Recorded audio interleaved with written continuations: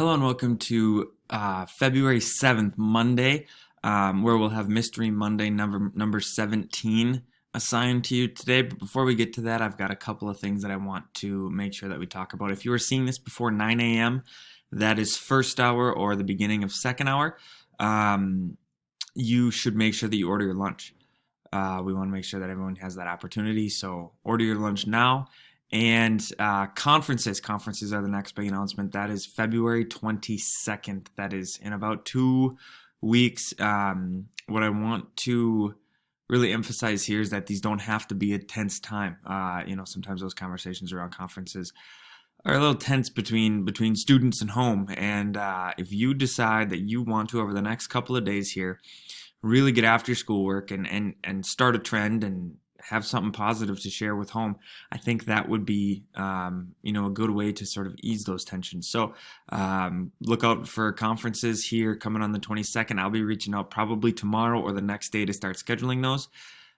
So be on the lookout for those. The video of the day is a note about inferencing. You can watch that here at today's slide if you would like.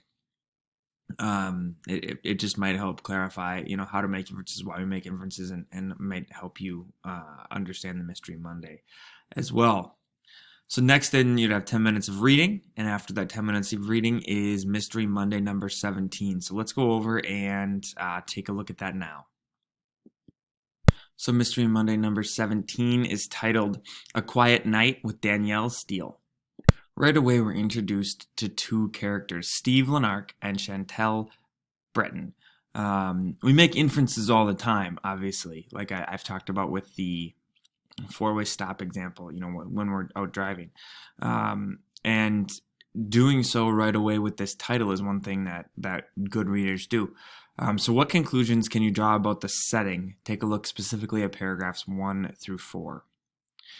By drawing these conclusions, you've taken a logical leap. You have made an inference because you've used your prior experience and what is explicitly stated in front of you to fill that gap. One of the things that I can say is that this woman is very neat. I don't know what the significance of that is yet, but I know that it is significant, and it will likely play into the solution. All of the details that the author could have created out of every detail, like he could have made this person sloppy, could have made this person tall, could have made this person short, could have made this person angry, could have made this person happy. There's lots of, the author has free reign. They're creating this character. They chose to make this person neat. How come? So let's take a look at a scene in the story where the conversation seems to happen that is of value, even though I don't necessarily know why yet.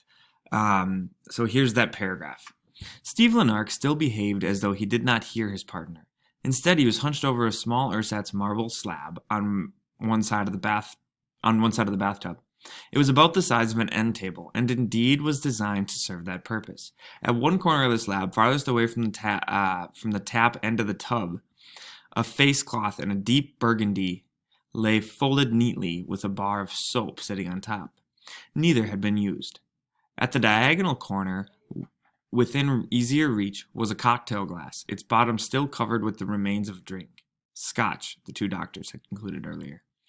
Steve appeared to be using the platform as a mirror to examine a shaving cut on his chin. The marble was ivory with subtle streaks of gray and an occasional hint of ochre.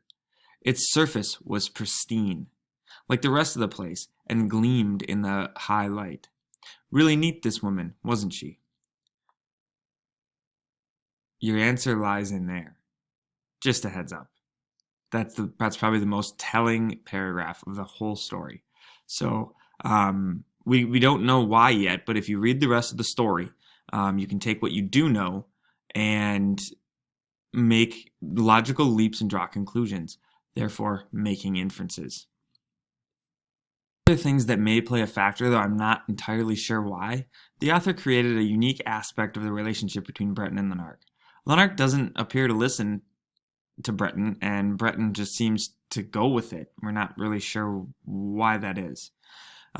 There's a lot of detail placed on how clean the bathroom is. They even use the word pristine. Something is important about this particular detail. Why is this a safe inference that I can make about the details of cleanliness? because the argument made by the investigators is that someone was in the room after the victim had died. She had a glass. Wouldn't that have left condensation rings? Just asking questions here. I was able to gather all of that without much more needing to be said.